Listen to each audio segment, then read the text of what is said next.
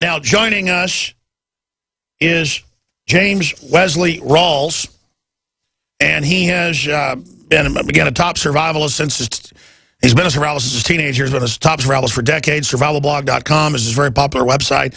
He has a Bachelor of Arts degree from San Jose State University with a minor degree in military science, history, and military history. He's a former U.S. Army intelligence officer who held top-secret security clearances with special background investigation and access to sensitive compartmentalized information. He was awarded Officer Specialty 35A, Tactical All-Sum Intelligence Officer, and Additional Skills Identifier 5M Electronic Warfare Officer. He achieved the rank of Captain, attended the Army NBC Defense Officers School, so he can speak to Ebola. That's nuclear, chemical, biological, as well as the Northern Warfare School at Fort Greely, Alaska.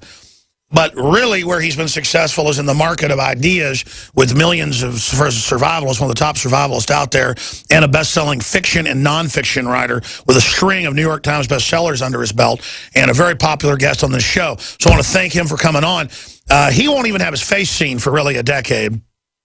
He believes the collapse is so serious and that the threat of biowarfare, nuclear, you name it, and here he is now to speak to all this. He had his last bestseller out about expatriates. His new one is about a fictional liberator group that I guess takes the country back after collapse, or 1776 Part 2.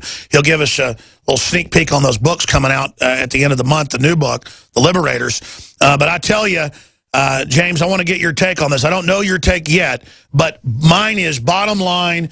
They are criminally negligent. I believe they did this on purpose, knowing they could let it spread. It'd be a good political diversion. Even if it makes Obama look bad, it diverts from Benghazi, from Fast and Furious, from IRS Gate, from all his executive orders on coal power plants. I mean, he's making a move right now. And again, the bureaucracy stands to gain getting more power from this. But, I mean, heads need to roll. When we start lowering more Americans into coffins, into the ground, we need to punish this disgusting bureaucracy, not reward it with more funding because they, quote, screwed up the Ebola outbreak of 2014. Well, Alex, I think you're certainly right that there's criminal negligence. It remains to be seen whether or not the introduction of Ebola into the country was intentional. That may be very difficult to pin down, but you're certainly right about it being criminally negligent. Everything the administration has done has exacerbated this problem, and we are on the fast track to a full-blown pandemic, a global pandemic. There are so many unanswered questions about Ebola that it makes my head spin. It's uncertain how long this virus can survive on surfaces. It's uncertain how long it remains in the system of someone who has, quote, recovered, unquote. There's some evidence that it might even be a chronic venereal disease, and given the sexual practices in Africa, that doesn't bode well, at least for the African continent. And that's right. For those that don't know, just to back you up, it can live in the sperm now or the testicles for 70 days, and they do now officially in the deeper literature call it basically a venereal disease. Mm-hmm. Keep going.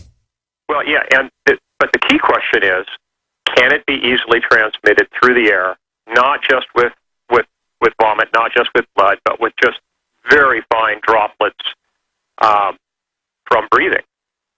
If that's the case, we could have a pandemic that is very, very difficult to stop. And from a preparedness standpoint, every American citizen needs to think very seriously about how they would go about self-quarantining their family to protect themselves from this.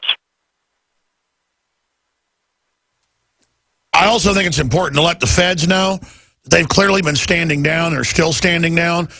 And when tens of thousands of Americans contract this and die from it, or maybe even millions, if it keeps going down this road, that's where it is going now, folks. We can now officially say this is on the fast track to global pandemic, and our government has stood down. And they need to know that we are going to hold them accountable one way or another. And if they get that message that we know they're behind it, they may back off and actually try to contain it now. But, James, it may be too late. If hundreds and hundreds of people have been exposed, if more people are coming in out of West Africa every day by the hundreds they report, who knows how many patient zeros there could actually be out there? Well, yes, we basically lost control of the situation by not sealing our borders early. The president should have been calling Madagascar months ago, and now it's going to come down to individual families having to do the same thing and contain themselves so they don't get exposed to it. It's going to be an economic catastrophe if nothing else. Can you imagine what's going to happen to retail in this country, to movie theater chains, to organized sporting events, to concerts? No one's going to want to go out in public once this gets spread. So it's going to shut down our economy, if nothing else. Which they've been moving to shut down what provided 52% of our power. Now it's 30-something coal. They're moving to shut down our industry with regulations and taxes. Obamacare is meant to shut things down. Classic Cloward and Piven, Agenda 21, to make us dependent. I mean, this fits right into the plan to implode the country, James. It certainly does. And you mentioned power production. That really is the linchpin. And as I mentioned in one of my previous interviews with you, if the power grids go down, all bets are off. Then we could see a total economic collapse, not just a depression. And in the case of Ebola, if it gets widespread enough that people are afraid to go to work, and some of those people are going to be public utility employees, people who work at nuclear power plants, people who work at coal-fired plants, people who work at natural gas-fired plants. And all of those require a certain level of staffing. And in the case of nuclear power, which is predominant on the East Coast, if there isn't a threshold of staffing that is met by NRC regulations, those nuclear power plants have to be shut down by law. So I think we could very well see not a full-blown martial law situation, but a sort of selective martial law where the employees of hospitals are essentially going to become indentured servants, and perhaps even the other public service employees, police officers, firefighters, and the employees in the power industry are essentially going to be required to show up for work, and they might even be housed overnight. They might be taken away from their families and not be allowed to commute, basically be captive at their positions if things get bad enough. And given the proclivities of the Obama administration, I don't think they would hesitate at all to do that. If they think they can get away with it and have the controlled media and Media Matters somehow blame me, and I mean, they actually are saying that I'm crazy for saying Ebola would spread and that Obama wants it to be here intentionally, well, by default, that's what they're doing. And even though Obama's a puppet, the buck stops with him. And this is the first administration we've ever had that was clearly, purposely trying to destroy the country. So, sorry, James. Stay there. We got to go to break. We're going to come right back to you to get your point. Silver has always been nature's very own antibiotic, and only one system allows you to generate an endless supply of natural silver solutions. SilverLungs.com. You'll find no wild claims or pseudoscience, just a lifetime of nano-sized pure silver solutions. The Silver Lungs generator allows you to make your own, so stop paying for silver solutions. The unique lung delivery system targets respiratory infections where other silver solutions simply cannot reach. See the Silver Lungs generator and lung delivery system at SilverLungs.com. That's SilverLungs.com. In today's unstable environment, self-protection is critical. Civil unrest, riots, looting, it's happening now, right here in the United States, and your rights are at risk. If passed, H.R. 5344 would ban Level 3 and above body armor. Katie Armor is standing up for you. We offer the most affordable Level 3 body armor on the market. Katie Level 3 armor withstands pistol and rifle hits up to 7.62 NATO. Get yours at katiearmor.com. That's CATI armor.com.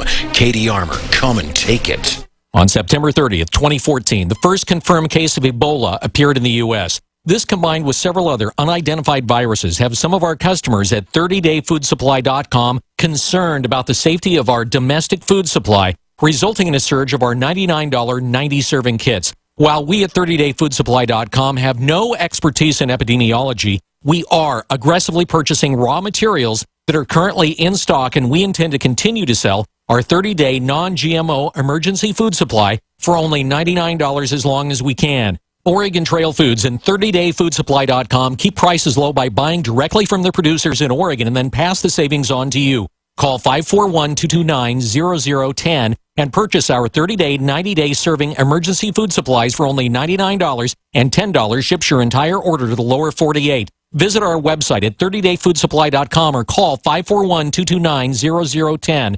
541-229-0010. What good is a Big Berkey water filter? We get that question a lot here at BigBerkeyWaterFilters.com. And in a word, the answer is protection. Protection from water main breaks, E. coli contamination, environmental chemical spills, pesticide runoff, chlorine taste and smell, and all forms of fluoride. Plus, Big Berkey water filters are the original gravity water filter system and most trusted on the market for a reason.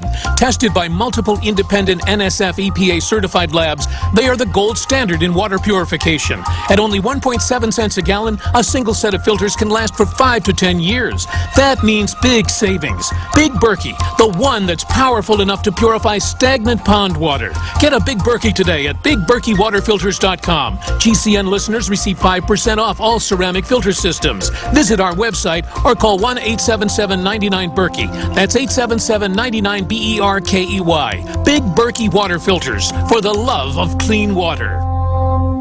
Hi folks, Alex Jones here with some important information. I want to tell you about Matt Redhawk and his team of patriots over at My Patriot Supply. Several years ago, Matt was sitting in his 2-bedroom apartment, frustrated with the direction this country was headed and the charlatans willing to sell us out for a quick buck. Deciding to take action, a company run by patriots for patriots was born. My Patriot Supply has never taken a loan or accepted outside funding. They now operate 2 distribution facilities and employ over 50 hardworking American men and women. It is rare to find companies who practice what they preach. And that's why I stock my pantry with high-quality storable foods from My Patriot Supply. Go to mypatriotsupply.com/Alex today for special offers on emergency food storage or call their preparedness specialist at 866-229-0927. That's 866-229-0927. Do business with someone who shares your values. mypatriotsupply.com/Alex.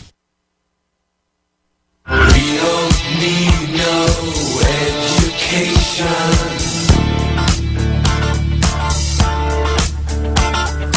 We don't need no thought control. We don't need Common Core teaching us that the Constitution is a racist terrorist document.